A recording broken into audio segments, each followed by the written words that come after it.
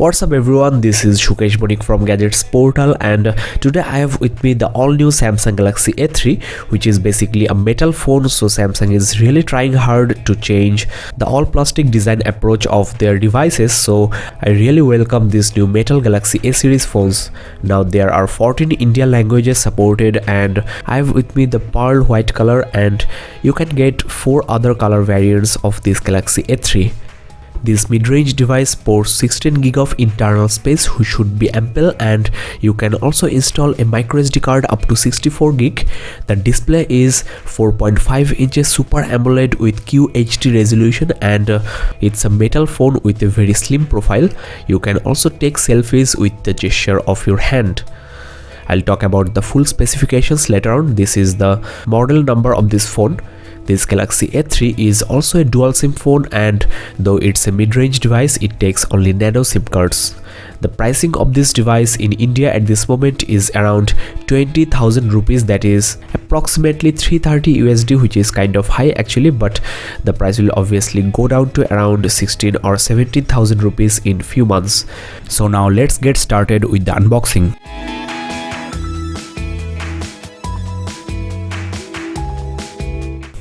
There you go guys, the new Galaxy A3, and it's very white, very shiny. And let's first remove the back plastic.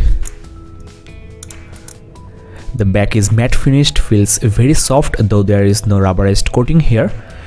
The edges are metal, and the chamfered edges are looking very shiny, very attractive. This new design from Samsung is very simple, modern, and very beautiful. I have here the Galaxy A5, which is the big brother of this Galaxy A3, and the design is almost same, though the screen to body ratio of the A5 is much better than this A3. Well, I'll talk about the design and the exterior ports of this A3 later on in this review. Let's first check what's inside the box.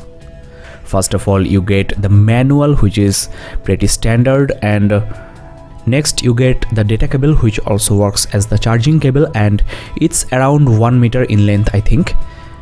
The headset here is of very premium quality with gold plating on the 3.5mm jack, and the earpieces are of in-ear type, and you also get volume rocker on the remote, and also a button for answering rejecting calls, and also for controlling the music. There are different type of earbuds as well, and next you get the charging adapter, which is huge, and the USB port is still on the side. It's a 5-volt charger. Last thing you get is the SIM card ejector pin, that is, you have to use this for inserting or removing SIM cards, and also for installing the microSD card. Well, let's get rid of these things here, and let me show you the device. Well guys, now let me give you a tour of the exterior of the phone. Looks like there is no scratch guard, comes pre-installed, and I'm not quite sure whether this phone has Corning Gorilla Glass 3 or not, or might be Corning Gorilla Glass 4. Well, one thing I must admit, this phone looks amazing. The sleek design and the metal frame, the chamfered edges, and the simplistic design profile of Samsung is still maintained. And let me just compare it with the Galaxy S5. As you can see, the phone looks more premium, more luxurious than the flagship S5. The upcoming S6 might get the same design as this Galaxy A3. The back cover also looks quite solid compared to the S5.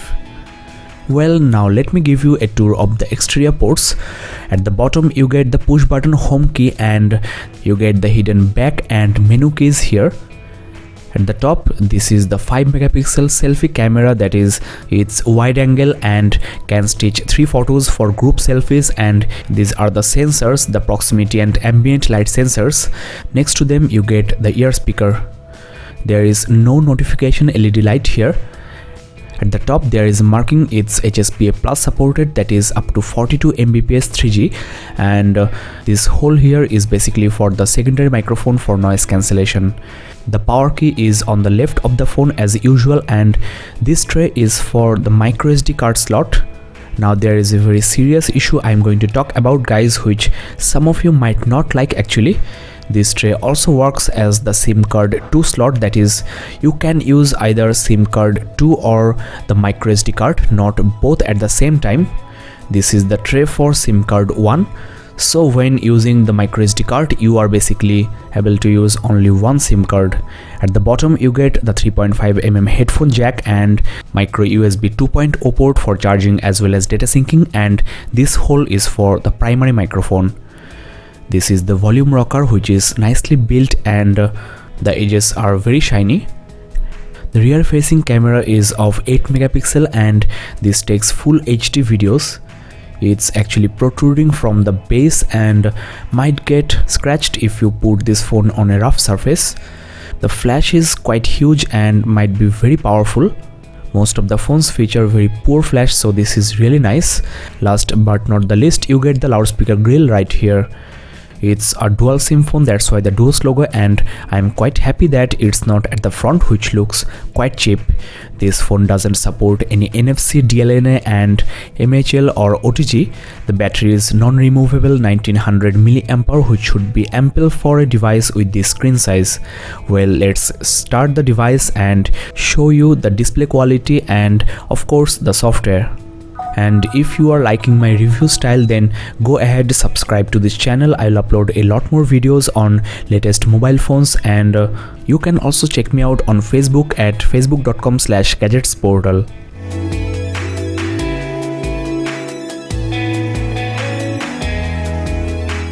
Well, the device is ultimately ready, and let me first check the display quality.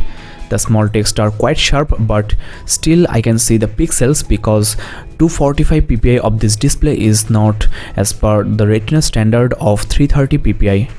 To show you the real capability of the display, let me just change the wallpaper. This display is of 4.5 inches Super AMOLED and the display resolution is QHD, that is 960 by 540.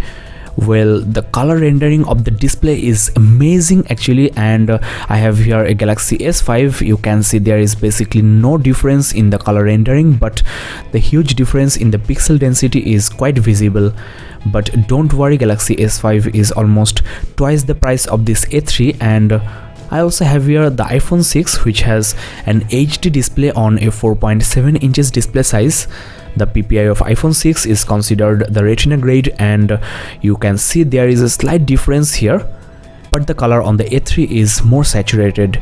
The thickness of both of these phones are exactly same, and considering the huge price gap, I'll say the display, the build and the look of this A3 is quite reasonable.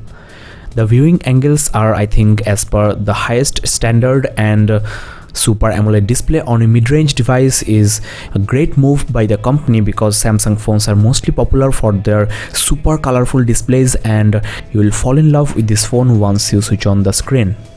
Well guys, now let me give you a tour on the software, that is this TouchWiz user interface. And first of all, this phone is running on KitKat 4.4.4, which is still the latest version of Android except the Nexus devices.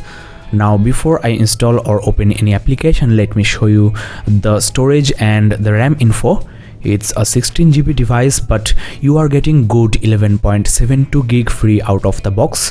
Rest are eaten by the system, interface and the installed applications. Now as I mentioned before, this phone doesn't support any OTG. Let me just check that. Well, there is no notification of the external device connected to this phone, so no pen drive, keyboard or mouse support on this Galaxy A3. Now let me just check the RAM condition, and officially this phone sports 1GB of RAM, and out of the box, that is before opening any application except these settings, you are getting 393 MB free and 500 MB used, which is actually on the lower side but should not be that problem for playing mid-level and semi-high-end games. Interestingly, on the Galaxy A5 I got around 1.3 gig free. Well, the interface is the typical Samsung TouchWiz, though there is a new support for themes, that is, you can finally change the icons, the color profile without even installing any third-party launcher. So it's a great move by Samsung, and you can customize, that is, design the phone as you like. I think you can download more themes from the Galaxy App Store, which is being downloaded or updated. Looking at the notification panel, I can say that the TouchWiz version installed into this Galaxy A3 is not the full-fledged version we are used to see on the premium devices including Galaxy Grand 2 and the big brother Galaxy A5. So I am slightly disappointed here, but considering the price and the category of the phone, I can say it's acceptable, especially if the price goes down to around 15 or 16,000 rupees. Let me just check the writing experience on this 4.5 inch screen. This phone obviously supports continuous input, so let's switch that on. Here it is. This compact 4.5 inches display is nicely accessible with the thumb, and there is basically no issue I am facing writing on this keyboard for the first time. So if you text a lot, you may find this device quite handy, especially for one-handed use. Let me also just check the browser. It's loading the default Samsung website, and well, it's quite fast, I'll say. The site has been loaded successfully, and the scrolling is smooth, the small text are easily readable, and the color saturation is, I must admit, really remarkable. Next, I'll show you the camera, which is one of the main reasons you should get this A3. It's a CMOS sensor camera which provides better low light handling, and let me just bring a subject here. Well, the shutter is very fast, and I think it's also accurate. I'll upload the camera samples into my website gadgetsportal.in and also into my Facebook page facebook.com/gadgetsportal. As you can see guys, the focusing of the camera is accurate, it's very sharp, very clean, and I'll say this is a very good camera phone. It's presently in 6 megapixel because of the wide aspect ratio. You can switch to 8 megapixel for 4:3 images. Both the front and rear cameras can capture full HD videos, and you can use hand gestures for taking images with the front facing camera. There are different type of modes, including the beauty face, which airbrushes your faces and make them very smooth, flawless, just like you do on Photoshop. There are a lot more, including this animated GIF. So overall, the camera on this Galaxy A3 is extraordinary. I am quite happy with this, and you can check the camera samples. I'll add the direct link in the description below. These are the applications come preloaded, which are pretty standard. There is no extra application I can see here, though you have got FM radio support, which is not present on most of the premium devices nowadays. Guys, let's check the loudspeaker quality as well. Surprisingly, the default Samsung music player is not pre-installed, that's why I am using the Play Music.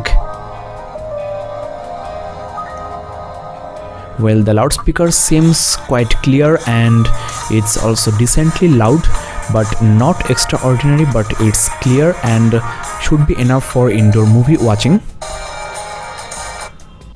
Well, so far the interface has been very smooth. There wasn't any lag or hiccup I have noticed so far.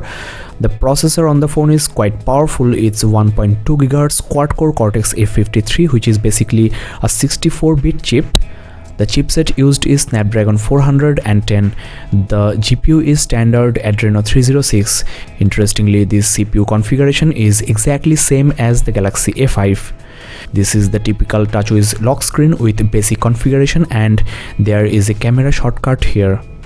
So overall, interface wise, this Galaxy A3 might not be the best, but regarding the specs, that is the camera, CPU, GPU, etc., this is a great phone to buy. I'll check the gaming performance and upload a gaming review later on. This is a dual SIM phone with a smart dual SIM function, that is, you will get call notifications from the SIM 2 even when you are busy on the SIM 1. There is another interesting thing I want to show you here. This ultra power saving mode is one of the best features of TouchWiz. When you are running out of battery, you can switch to this black and white theme, and this Super AMOLED display will save lots of battery juice. All the background applications will be suspended, and with only 10% or 15% battery left, you can get several hours of backup. Well guys, that's all on my first impression of this Galaxy A3, which is a very sleek, stylish design phone, and I'm personally extremely happy that Samsung has finally came out of the boring all plastic design. Now if you are a style sensitive person, then you can go for a Samsung as well. Well guys, that's all in this unboxing and hands-on review. You can check the description below for the full in-depth review and also the gaming review on this Galaxy A3. You can also check other reviews on Galaxy Grand 2, Galaxy A5, etc. Last but not the least, don't forget to subscribe to this channel and also share if you like. That's all I expect from you guys. Thanks for watching, keep in touch and have a wonderful day.